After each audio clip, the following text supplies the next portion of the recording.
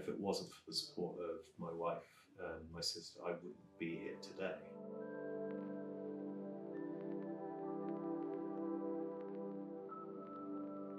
How was your treatment? Oh, it's lovely. Such a delight. I haven't had a barber's treatment in God knows how long. So yeah, it was absolutely lovely. It's the fact that we won't talk about it. You know, we won't discuss our health in the ways that we discuss many other things. So we push it to the background. We don't think about it. So things then creep up on us. You know, whether that's to do with our physical health or our mental health. Things just then creep up on us. We leave things just a bit too late because we don't take it seriously. I live with a condition called dysthymia, which is persistent depressive disorder. And about 13 years ago, I was suicidal. I had written out my suicide plan, and I got to that stage because I didn't know how to deal with the feelings that I had. I was with the feelings that I didn't belong in places, that I was the odd person out, and I just kept quiet about it. And I didn't want to worry people, but also I didn't feel that I was worth people taking care of me. So I pushed it all to the background myself. I kept quiet and said I'd had suicidal thoughts almost on a daily basis. And if it wasn't for a very fortunate call with someone that I had, they called up to ask how I was. And if it wasn't for the support of my wife and my sister, I wouldn't be here today. I got the treatment I needed. I started to learn how to talk, but that was definitely the darkest days of my life. I think friendships used to be based solely on banter, solely on how we could take the mick out of each other, how we could almost put each other down in sort of lots of ways. And I think I've learned to develop friendships now based more on security. Friendships that I know the people will still have a bit of fun with, will still be able to go out and go to the pub, have a laugh with each other. But now friendships where I know that if I am struggling with my health, if I am sort of in a place where actually I do need to talk, that talk will be accepted. It won't just be pushed away with another sort of off-the-cuff joke or remark. It'll be accepted, and we'll be able to have honest conversations with each other. So I think they've grown up a bit, and I think that has to do with age, but I think it's also had something to do with how I'm able to be open with my friends, and how we sort of, or I've selected friends that are able to have those conversations with me.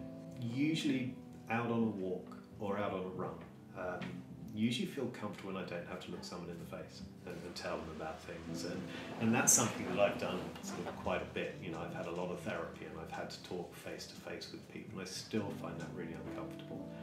I'm always comfortable when I'm doing something with someone. So, you know, it could be sort of sitting at home doing a puzzle. It could be where I said out on a walk or a run, which is where I absolutely love to talk to people. But it's times and places really where I feel comfortable doing it. That's sort of the overriding theme for me, is places where actually I don't have to think about what I'm talking about, because I love concentrating on the thing that I'm doing, and the talk sort of just flows more easily. Definitely when I was younger, absolutely.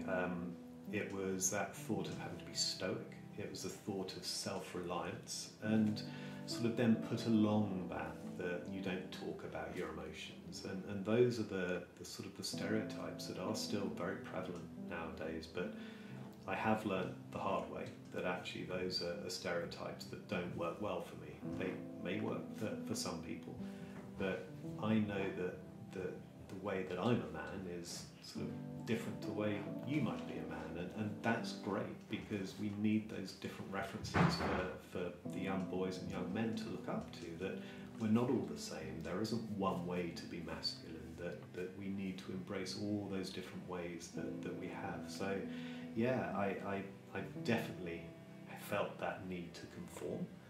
That put me into a really bad situation. So, you know, the ways and the way I talk about it now is we have different ways that we can look at masculinity, and all of those need to be embraced. There's still a huge stigma about it. There's still a huge stigma about men talking about either their mental health or their feelings or their emotions. And I do some talks with people, and I I challenge an audience of men just to say into the air, I love you. And they find it really difficult. They can't even say that, and it's very simple words, they're not saying it to anyone. But there's still a great stigma about a man saying, I'm struggling and I need help.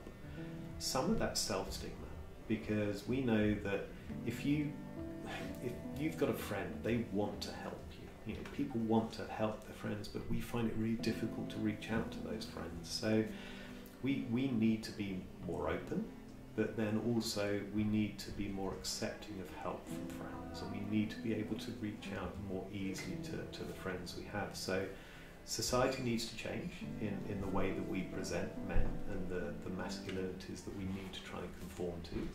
But it also needs that people, when they are struggling, when they first feel those signs that all things may not be right, they should be asking for the help that's definitely needed. Speak to someone. Speak to someone. It doesn't have to be a professional. It doesn't have to be close family. It doesn't have to be anybody in particular, but speak to someone about what you're feeling, because we all go through those periods where we have difficult times in our life. And we have times that may be very short-lived, and you may not need professional help, and you may just need to get things off your chest. But I think sometimes we find that we need to keep everything in ourselves. We need to get through it ourselves, because we have to be self-reliant. Men solve problems. We're very good at it. It's something in our makeup, really. But if you find that you're struggling, that you're not feeling like normal, that you don't want to go out and meet your mates, that you don't want to go to football because you don't particularly want to discuss how you're feeling, or you're finding it difficult to get out of bed, talk to someone about it. And if you really are struggling, then go and talk to your GP, because that's the first rung on being able to get the type of professional help that you may need. Take it seriously. We tend to leave it till the last minute to get help from a doctor or from a health professional. We wait till the worst case scenario has really presented itself. And we need to be better at saying, something hasn't been right, I don't feel right, I should get that checked out. And I look at something like prostate cancer. If we catch it early, then there's a really good chance that we'll be able to live well after a potential prostate cancer diagnosis. And you've got figures of 95% plus survival rate. If we leave it late, that goes down to 25%. And the problem is, we tend to wait till those symptoms become too annoying to ignore, rather than just a little bit odd. You know, we can ignore it when it's sort of just a little bit. It's only when it gets to the end, when it's really hard, that we decide not to ignore it. So take it seriously, get the help that you need, and again, ask people, is this normal? Ask people, you know, should I go and see someone about this? Because I can guarantee you, if you ask someone else, they'll tell you you're going to get the help.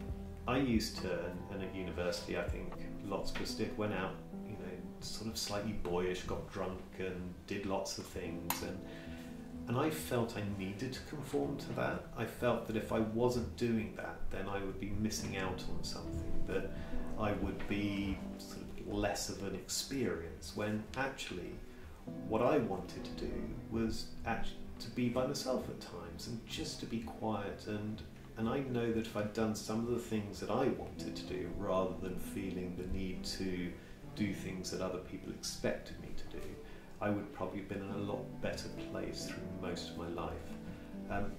The best advice I could give to myself would have been, be who you are, don't try and be someone who you think others want you to be. I've learned to do lots of different things to keep me well. I go to therapy regularly. That has been really a game changer for me. I talk to people. I don't necessarily talk to my family as much as I probably should, because sometimes that's actually quite hard. But I do talk to other people. I've learned lots of doing lots of different things to give me sort of a mindfulness way, and running has been the most important of those. And part of that is because physical exercise works well to keep you mentally healthy. But it also gets me outside, and getting outside I feel much calmer. I feel much less of a continual narrative going on in my head. Then other things like doing like gardening. I love gardening. I love just sort of being able to get out again, just outside, but just seeing things in nature, that always works for me.